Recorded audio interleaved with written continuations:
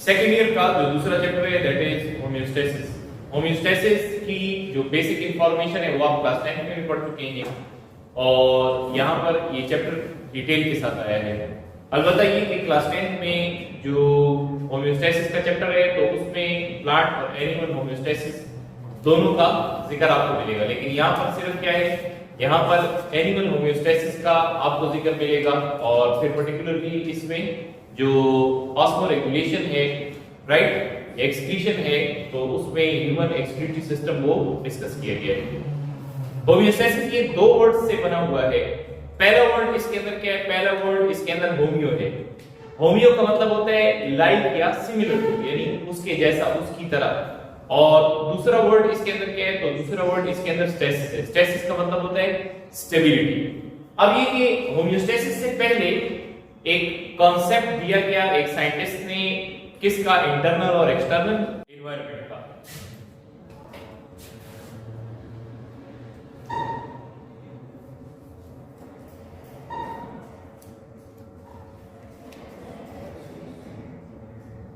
Claude Bernard जो है उसने 19th सेंचुरी में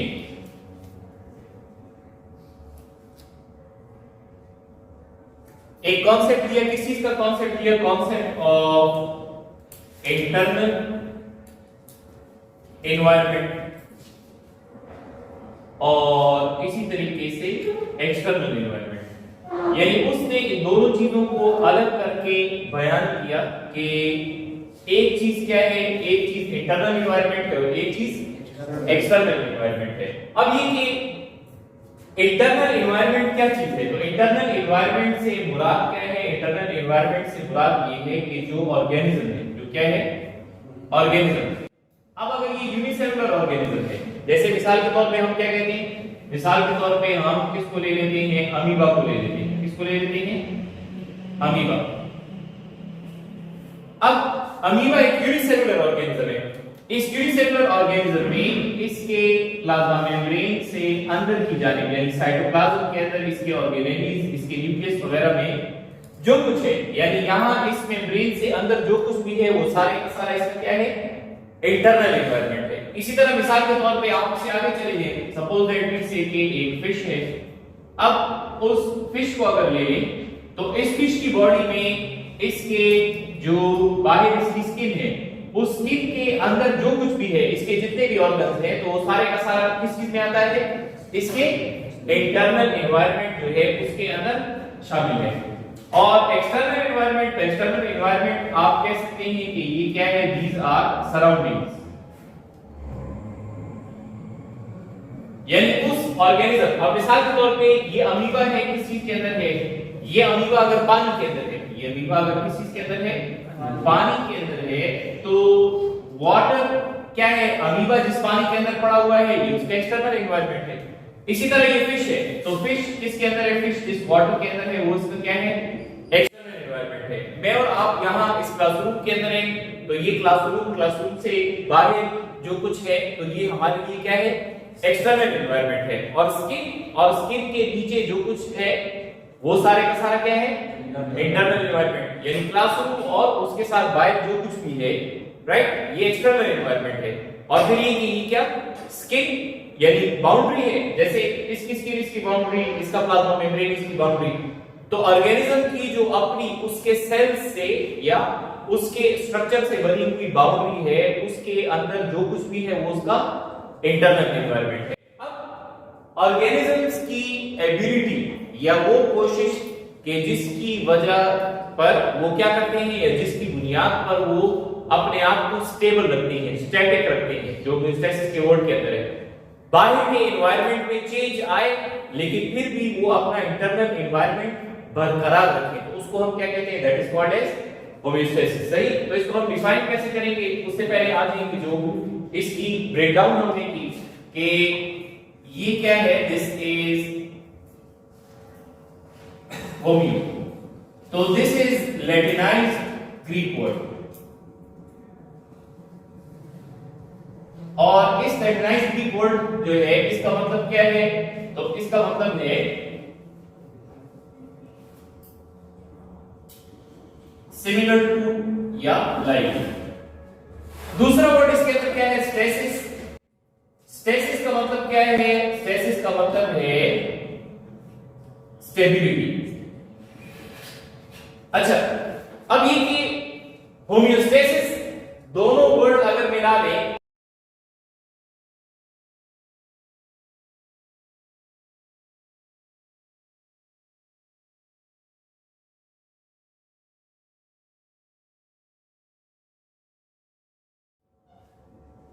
देखिए, इस डेफिनेशन की तरफ आने से पहले दो टर्म्स जो है वो हमारे लिए क्या थी? दो टर्म्स हमारे लिए समझना जरूरी थी, एक इंटरनल एनवायरनमेंट और एक एक्सटर्नल एनवायरनमेंट। सो उनको पहले हमने डिफाइन किया कि क्लॉड बेनार्ड ने 19th सेंचुरी में करीबन 1813 से लेकर 1875 तक का टाइम पीरियड जो है, यानी 1813 उसकी पैदाइश में, तो क्लॉड बेनार्ड ने ये कॉन्सेप्ट दिया 19th सेंचुरी में कि एक इंटरनल एनवायरनमेंट है और दूसरा एक्सटर्नल एनवायरनमेंट है। अब ये जो कॉन्सेप्ट था, this is supporting concept for what? This is a supporting concept for the homeostasis. के ऑर्गेनिज्म होम्योस्टेसिस कैसे करते हैं? तो मेन चीज क्या है? मेन चीज के ऑर्गेनिज्म अपने आप को क्या करता है? जो अपने इंटरनल एनवायरनमेंट को स्टेबलाइज करता है या उसको एक खास लेवल पर मेंटेन करता है। अब इसके साथ ही एक और कॉन्सेप्ट भी आपके ज़हन में आना चाहिए कि ये जो इंटरनल एनवायरनमेंट है, या जिसको वो क्या कर रहा है, जिसको वो स्टेबलाइज कर रहा है, तो इसके लिए जरूरी है कि हर जानदार का अपना एक खास क्या हो, हर जानदार का अपना एक खास सेट पॉइंट हो।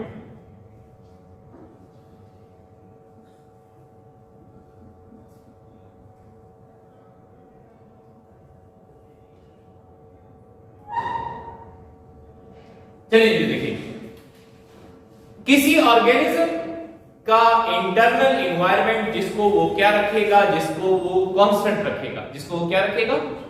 कांस्टेंट रखेगा। तो उसने जो इंटरनल एनवायरनमेंट कांस्टेंट रखना है, उसके लिए कोई पैमाना होना चाहिए, कोई सेट पॉइंट होना चाहिए। जैसे इसकी बहुत आसान मिसाल आप ले लें, फॉर एग्जांपल ह्यूमंस के अंदर अगर आप बात करें और टेम्परेचर की बात करें, आप समझ आ गई? तो टेम्परेचर में अगर हम कहते हैं तो 37 डिग्री सेंटीग्रेड, कितना? 37 डिग्री सेंटीग्रेड जो है ये टेम्परेचर का सेट पॉइंट है। किस चीज का सेट पॉइंट है? टेम्परेचर का सेट पॉइंट है। अब जैसे ही बाहर के एनवायरनमेंट का टेम्परेचर 37 डिग्री सेंटीग्रेड से कम होगा या उससे ज्यादा होगा, तो हमारी बॉडी किस पर चली जाएगी? होम्योस्टेसिस पर चली जाएगी। यानी हमारी बॉडी कोशिश करेगी कि वो बाहर के टेम्परेचर के मुताबिक अपने आप को क्या करे? एडजस्ट करे, या बाहर के टेम्परेचर के साथ अपने आप को स्टेबलाइज करे, राइट? अच्छा, अब ये कि ये जो सेट पॉइंट है, तो ये किसका हो सकता है? ये सेट पॉइंट हो सकता है पानी का भी हो सकता है, ये सेट पॉइंट सॉल्यूट्स का भी हो सकता है, ये सॉल्ट्स जो है उसका भी हो सकता है। इसी तरह ये एक तरह की बॉडी होम्योस्टेसिस वो है जो क्या है? एक तरह की बॉडी होम्योस्टेसिस वो है जो कि एक्सटर्नल एनवायरनमेंट के अंदर चेंज की वजह से है। किसकी वजह से है? और कुछ होम्योस्टैटिक मैकेनिज्म्स ऐसे हैं कि जिसका ताल्लुक बाहर के एनवायरनमेंट के साथ भी है, लेकिन उसका ताल्लुक बॉडी के इंटरनल एनवायरनमेंट के साथ भी है। किसके साथ है? यानी खुद जिस्म के अंदर भी अगर बाज चीजों की कंसंट्रेशन कम या ज्यादा होती है, तो वो बॉडी का क्या? बॉडी का जो एंडोक्राइन सिस्टम है या हार्मोनल सिस्टम है, वो होम्योस्टेसिस पर चले जाता है। तो अगर इंटरनली आप बात करें तो इंटरनली किसी ऑर्गेनिज्म की कोशिश के वो ग्लूकोज लेवल्स, ठीक है, इसी तरह सोडियम लेवल्स, इसी तरह पोटेशियम जो है उसके लेवल्स की अगर बात करें, ऑक्सीजन की कंसंट्रेशन की बात करें, कार्बन डाइऑक्साइड की कंसंट्रेशन की बात करें, तो उनके लेवल्स को एक खास क्या? एक खास सतह पर या एक खास सेट पॉइंट पर मेंटेन रखने की जब वो कोशिश करेगा, तो उसको भी हम होम्योस्टैटिक मैकेनिज्म कहेंगे। तो ये सेट पॉइंट्स है। अब जैसे ह्यूमन बॉडी के अंदर कह रहे तो इन सेट पॉइंट्स का मेन ताल्लुक किसके साथ है? इन सेट पॉइंट्स का मेन ताल्लुक जो है वो ब्रेन के साथ है। और ब्रेन में भी वो पार्ट जिसको होम्योस्टैटिक सेंटर कहा जाता है, दैट इज हाइपोथैलेमस, ठीक है? हाइपोथैलेमस को हम क्या कहते हैं? Hypothalamus is homeostatic centre of human body. Human body का जो होम्योस्टैटिक सेक्टर है दैट इज हाइपोथैलेमस। अब जैसे हमने ये कहा कि बाहर के एनवायरनमेंट में क्या आता है, तो बाहर के एनवायरनमेंट में यहां पर हमने एक चीज लिखी चेंज। हमने एक चीज क्या लिखी? चेंज। अब दो बातों पर आपने गौर करना है। देखिए, एक तरफ चेंज है, एक तरफ क्या है, दूसरी तरफ क्या है, सेट पॉइंट है। तो चेंज डिटेक्ट कैसे होगा? तो चेंज उस वक्त डिटेक्ट होगा जब सेट पॉइंट पहले से तय होगा। या आप कह रहे हैं कि नॉर्मल कंडीशन, जैसे ह्यूमन बॉडी का नॉर्मल टेम्परेचर क्या है, 37 डिग्री सेंटीग्रेड, और यही उसका सेट पॉइंट भी, ये उसका क्या है, सेट पॉइंट भी है। तो चेंज का पता उस वक्त लगेगा जब वो चीज सेट पॉइंट से कम या ज्यादा हो रही है। तो होम्योस्टैसिस क्या करेगी? होम्योस्टैसिस उसको मेंटेन, स्टेबलाइज करने की कोशिश करेगी। यूं इस पर अगर आप गौर करें तो तीन चीजें आपके सामने आ गई, ठीक है। एक तरफ क्या है, एक तरफ आप कह रहे हैं कि इफेक्ट है, एक तरफ क्या है, इफेक्ट, यानी वो असर, वो काम के जिसकी वजह से बॉडी स्टेबल कंडीशन पर आ गई। दूसरी तरफ अगर आप देखें तो क्या है, चेंज है। दूसरी तरफ आप देखें तो क्या है, और दरमियान में वो चीज जो कि क्या करेगी, दरमियान में वो चीज जो कि इफेक्ट की तरफ लेकर जाएगी उसको। तो चेंज को कौन देखेगा? चेंज को स्टिमुलस कहते हैं। चेंज को क्या कहते हैं? स्टिमुलस। तो स्टिमुलस जो है, these are detected by receptors, ठीक है। जो चेंज है इसको कौन देखेगा? रिसेप्टर्स देखेंगे। रिसेप्टर्स की फिर आगे टाइप्स होती हैं जो बॉडी के बाहर यानी स्किन के ऊपर मौजूद है, सही है, यानी एक्सटर्नल पार्ट्स के अंदर है, उनको हम क्या कहते हैं? एक्सटीरोसेप्टर्स कहते हैं। और वो कि जो हमारे बॉडी के अंदर है, दोज आर कॉल्ड एज इंटेरोसेप्टर्स। तो रिसेप्टर ने क्या करना है? रिसेप्टर ने ये सारी की सारी इंफॉर्मेशन इंटीग्रेटर को देनी है। किसको देनी है? इंटीग्रेटर जो है उसको देनी है, जो कि होम्योस्टैसिस में इंटीग्रेशन का काम करेगा। तो अब ये इंटीग्रेटर यहां पर अगर ह्यूमन बॉडी की एग्जांपल लें तो वो क्या है? अगर ह्यूमन बॉडी की एग्जांपल लें तो इंटीग्रेटर इज ब्रेन।